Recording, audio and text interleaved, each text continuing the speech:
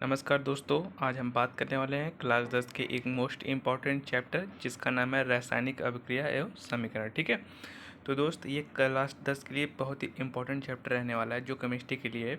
हम दोस्त एक चीज़ और बता दें आप लोग को कि जो भी बच्चे अपना साइंस में 100 में से 100 लाना चाहते हैं, उनको फिजिक्स, केमिस्ट्री और बायोलॉजी तीनों सब्जेक्ट पे अगर अच्छी पकड़ है तभी वो अच्छा नंबर ला सकते हैं, अन्यथा वो नंबर को नहीं ला पाएंगे। तो इसलिए अब ज़्यादा पार्ट भी नहीं है और आपके पास अभी ज़्यादा समय भी बचा है। ठीक है, तो इसलिए आप चाहें तो एक पार्ट को कम से कम 5 से 6 दिन में पढ़ के उसकी अच्छे से MCQ और एक नंबर वाला क्वेश्चन सब करके अच्छा नंबर ला सकते हैं। ठीक है, तो आइए आपका उसी श्रृंखला में चार चांद लगाने के लिए आप लोग के लिए एक बहुत ही इंपॉर्टेंट चैप्टर लेके आ चुके हैं जिसका नाम है केमिकल रिएक्शन एवं इक्वेशन। ठीक है, यानी रासायनिक अभिक्रिया एवं समीकरण। ठीक है, तो पहले की जैसा आप लोग जान सकते हैं कि पाठ का नाम है रासायनिक अभिक्रिया। तो रासायनिक अभिक्रिया क्या होती है, सिंपल सा उसके बारे में जानना पड़ेगा आप लोग को।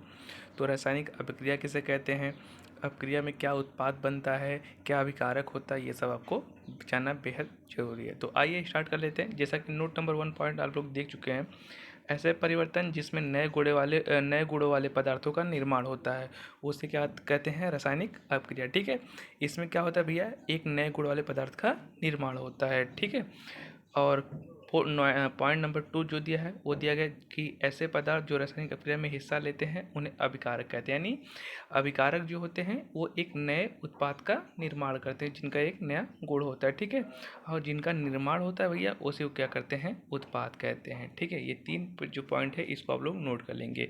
क्या क्या पॉइंट भैया, ऐसे परिवर्तन जिसमें नए गुण वाले पदार्थ का निर्माण होता है उसे हम क्या कहते हैं, कहेंगे बिल्कुल रासायनिक अभिक्रिया कहते हैं। और अभिक्रिया में जो भाग लेता है उसे अभिकारक कहते हैं, और अभिकारक से मिलकर जो चीज़ बनती है उसे क्या बोलते हैं, उत्पाद। तो बिल्कुल आसान है, कुछ करना ज़्यादा कठिन नहीं है। ठीक है, इसका उदाहरण देख लेते हैं, जैसे भोजन का पचना, श्वसन, लोहे पर जंग लगना, मैग्नीशियम फीते का जलना, दही का बनना। ठीक है, ये सब कौन से भी हैं, केमिकल रिएक्शन है। ठीक है, अब रासायनिक अभिक्रिया के प्रेक्षण में क्या होता है भैया उसको समझ लेते हैं। जिससे रासायनिक अभिक्रिया के 4 प्रेक्षण होते हैं। आपका अवस्था में परिवर्तन होता है, रंग में परिवर्तन होता है, तापमान में परिवर्तन होता है और गैस का उत्सर्जन होता है ना। यानी इस अभिक्रिया में क्या होता है भैया, क्या क्या बन सकता है, गैस का उत्सर्जन हो सकता है और पदार्थ की एक अवस्था से दूसरी अवस्था में परिवर्तन हो सकता है, उनका रंग बदल सकता है और उनका तापमान जो होता है वो भी बदल सकता है। ठीक है, अब देख लेते हैं आपका रासायनिक परिवर्तन को प्रदर्शित करना। अब रासायनिक परिवर्तन को हम प्रदर्शित कैसे करते हैं, फॉर एग्जांपल के लिए आप लोग समझ लेते हैं। जैसे आप लोग देख सकते हैं यहाँ पे लिया गया है कि जिंक प्लस सल्फ्यूरिक अम्ल की जब आप क्रिया कराएंगे तो आप लोग को पता होगा कि जिंक का जो सूत्र होता है वो Zn होता है और सल्फ्यूरिक अम्ल का होता है H2SO4। जब जिंक और सल्फ्यूरिक अम्ल की आप क्रिया कराएंगे तो बनता है आपका जिंक सल्फेट और प्लस हाइड्रोजन। ठीक है, तो ये हो जाता है भैया, ये दोनों जिंक और H2SO4 जो है ये हैं आपके अभिकारक, और जो जिंक सल्फेट और हाइड्रोजन है ये आपके जो बन रहे हैं भैया वो बन रहे हैं उत्पाद। इसी को क्या बोलते हैं, आपका रासायनिक अभिक्रियाएं। ठीक है, उम्मीद करते हैं दोस्तों समझ में आ रहा होगा। एक चीज़ और आप लोग को बता दें दोस्त, कापी और कलम लेके बैठिए, जो चीज़ें बताई जा रही है उसको आप लोग नोट करके बिल्कुल अच्छे से पढ़ लीजिए, क्योंकि परीक्षा में जो होता है नोट्स आप लोग को बहुत ही ज़रूरी होता है। इसलिए आप लोग जितना नोट करेंगे उतना आप लोग को अच्छे से आएगा। और किसी भी क्वेश्चन को आप लोग कर रहे हैं तो उसको लिख लिख के प्रैक्टिस करिए, ये चीज़ें आप लोग के लिए बहुत ही इंपॉर्टेंट है। अगर आप लोग लिख के प्रैक्टिस करेंगे तो मेरा यकीन मानिए आप लोग को बहुत ही अच्छे से तैयार होगा। ठीक है, जैसे हमने बता दिया रासायनिक अभिक्रिया, अब रासायनिक अभिक्रिया क्या होती है उसके बारे में लिखिए और साथ ही उसका एग्जाम्पल भी दिखाइए। ठीक है, अब क्वेश्चन नंबर अगला देख लेते हैं, रासायनिक समीकरण क्या होता है भैया। तो क्या होता है रासायनिक समीकरण, उसको देख लेते हैं। तो रासायनिक अभिक्रिया रासायनिक समीकरण द्वारा निरूपित की जाती है। ठीक है, रासायनिक समीकरण में तथ्यों के प्रतीक या अभिकारक उत्पादों के रासायनिक सूत्र उनकी भौतिक अवस्था के साथ लिखे होते हैं।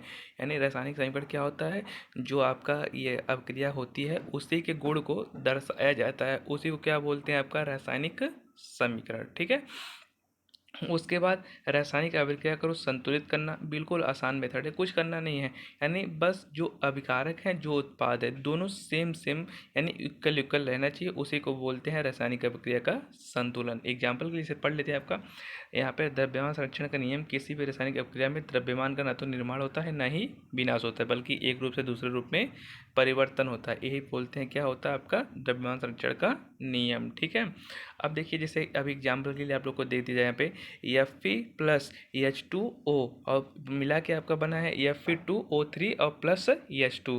अब आपको इसको बैलेंस करना है, तो बैलेंस करने के लिए बिल्कुल क्या करना है हम बताएं, अभिकारक और उत्पाद की संख्या बिल्कुल सेम रहनी चाहिए। जैसे आप लोग देख सकते हैं Fe लेफ्ट हैंड साइड में कितना है आपका, Fe है केवल एक है, लेकिन राइट हैंड साइड में आपका 2 है, तो इधर 2 लाने के लिए हम लोग क्या करेंगे, Fe में 2 से गुणा कर देंगे। उसके बाद H देखेंगे, H कितना है, 2 है, तो H यहाँ पे 2 था, लेकिन O कितना था, 3 था, तो 3 के लिए हमें क्या करना पड़ेगा, O के पास से यहाँ 3 से गुणा करेंगे। जब 3 से गुणा करेंगे तो H में भी 3 से गुणा होगा, तो 3 दूना कितना हो जाएगा, 6, लेकिन H यहाँ कितना है, 2, तो H में किससे गुणा कर देंगे आपका 3 से, तो ये हो जाएगा आपका बैलेंस। यानी अभिकारक और उत्पादों की संख्या क्या होनी चाहिए, सेम सेम। उसी को बोलते हैं भैया संतुलित रासायनिक अभिक्रिया का संतुलीकरण, ठीक है, संतुलन करना, ठीक है। उम्मीद करते हैं बिल्कुल आप लोग को समझ में आ रहा होगा। दोस्त अगर समझ में आ रहा हो तो वीडियो को लाइक कीजिए और अपने दोस्तों के साथ शेयर कीजिए, ताकि वो भी जो है रासायनिक अभिक्रिया और संयुक्त के पार्ट को आसानी से समझ सके, ठीक है। आइए आपका अगला देख लेते हैं। इसमें दिया गया है कि ये आपका उत्पाद और अपकारक में किस किस से गुणा करना है वो आपको बताया गया है, तभी हमने आपको बता दिया, इसको आप आसानी से कर सकते हैं, ठीक है। अब जिससे ये है आप लोग के लिए, अब यहाँ पे देख सकते हैं कि अभी हमने क्या बताया था कि उसको आप संतुलित करना है, तो आप लोग संतुलित कैसे कर सकते हैं। गुणा कैसे था, यहाँ पे Fe के पास 3 से करना था, आपने 3 से कर लिया। यहाँ पे O कितना था, 4, अब भैया O 4 था, तो O भी हमें 4 चाहिए, तो इसके पास कितने से गुणा हुआ है, 4 से, तो O 4 हो गया। लेकिन H देखेंगे, 4 नीचे 2 है, 4 2 कितना हो गया है, 8, तो हमें 8 चाहिए, तो H यहाँ पे 2 है, 4 से गुणा कर देंगे, 4 2 कितना हो जाएगा, 8। एक चीज़ है ना, आप लोग जितना प्रैक्टिस करेंगे उतना आप लोग को क्लियर होता जाएगा, इसलिए ज़्यादा से ज़्यादा प्रैक्टिस कीजिए और आप लोग आसानी से उसको करते जाएंगे, ठीक है। तो आइए आप लोग अगला क्वेश्चन देख लेते हैं। ये आप लोग कुछ करना है आपके ये पर बैलेंस वाला, ये आप लोग कर लेंगे बैलेंस, और आपके बुक में जो होगा उसको मिला के आप लोग उसको बैलेंस कर लेंगे। अब यहाँ पे दिया गया आपका अगला हेडिंग कि रासायनिक अभिक्रियाओं के प्रकार। तो रासायनिक अभिक्रिया कुछ प्रकार हैं जिसको आपको जानना बेहद जरूरी है, ठीक है। तो सबसे पहले जान लेते हैं संयोजन अभिक्रिया। संयोजन अभिक्रिया होती क्या है, तो ठीक है भैया, अब इस अभिक्रिया में क्या होता है ना भैया, दो या दो से अधिक जो होते हैं अभिकारक मिलकर नए उत्पाद का निर्माण करते हैं, उसे क्या बोलते हैं, संयोजन अभिक्रिया। जैसे C+O2, जैसे आप यहाँ पे देख सकते हैं कि C+O2 है, तो मल क्या बन जाएगा आपका CO2, ठीक है।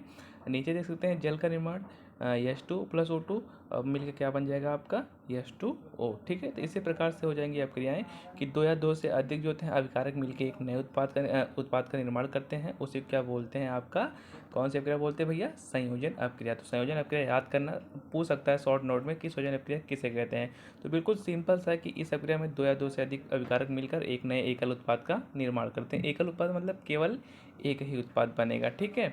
तो जैसे C+O2 मिला के CO2 केवल एक उत्पाद, H2+O2 मिला के H2O वो भी केवल एक ही उत्पाद है, ठीक है।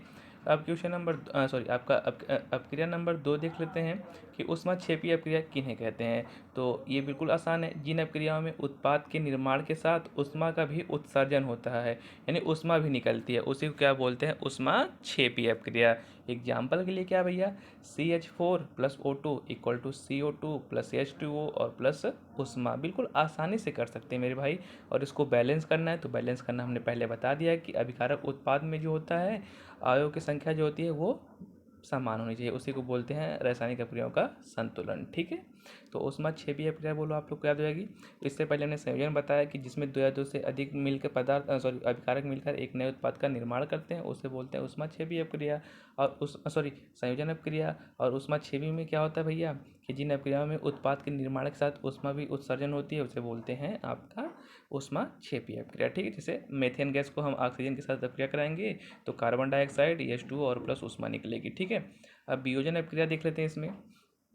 तो इस अभिक्रिया में एकल अभिकारक टूटकर दो या दो से अधिक उत्पाद बनाते हैं, यानी एक अभिकारक रहेगा वो टूटकर दो या दो से अधिक उत्पाद बनाएगा। इससे पहले हमने आपको संयोजन अभिक्रिया बताया था जिसमें दो अभिकारक रहेंगे जुड़ के केवल एक उत्पाद बनाएंगे। बस इसका सेम उल्टा है कि एक अभिकारक टूटकर आपको क्या बनाएगा, दो उत्पाद, ठीक है। उसी को बोलते हैं वियोजन अभिक्रिया, ठीक है। अब आगे देख लेते हैं यहाँ पे उदाहरण जैसे FeSO4 एक उत्पाद है, सॉरी एक अभिकारक है, टूट के देखो आप लोग क्या बना रहा है, 2 या 2 से अधिक उत्पाद। जैसे फेरस सल्फेट है, अब इसको फेरस सल्फेट को तोड़ के हम लोग क्या बना रहे हैं, सल्फर डाइऑक्साइड और फेरिक ऑक्साइड। देखो 2 या 2 से अधिक उत्पाद बन गए कि नहीं।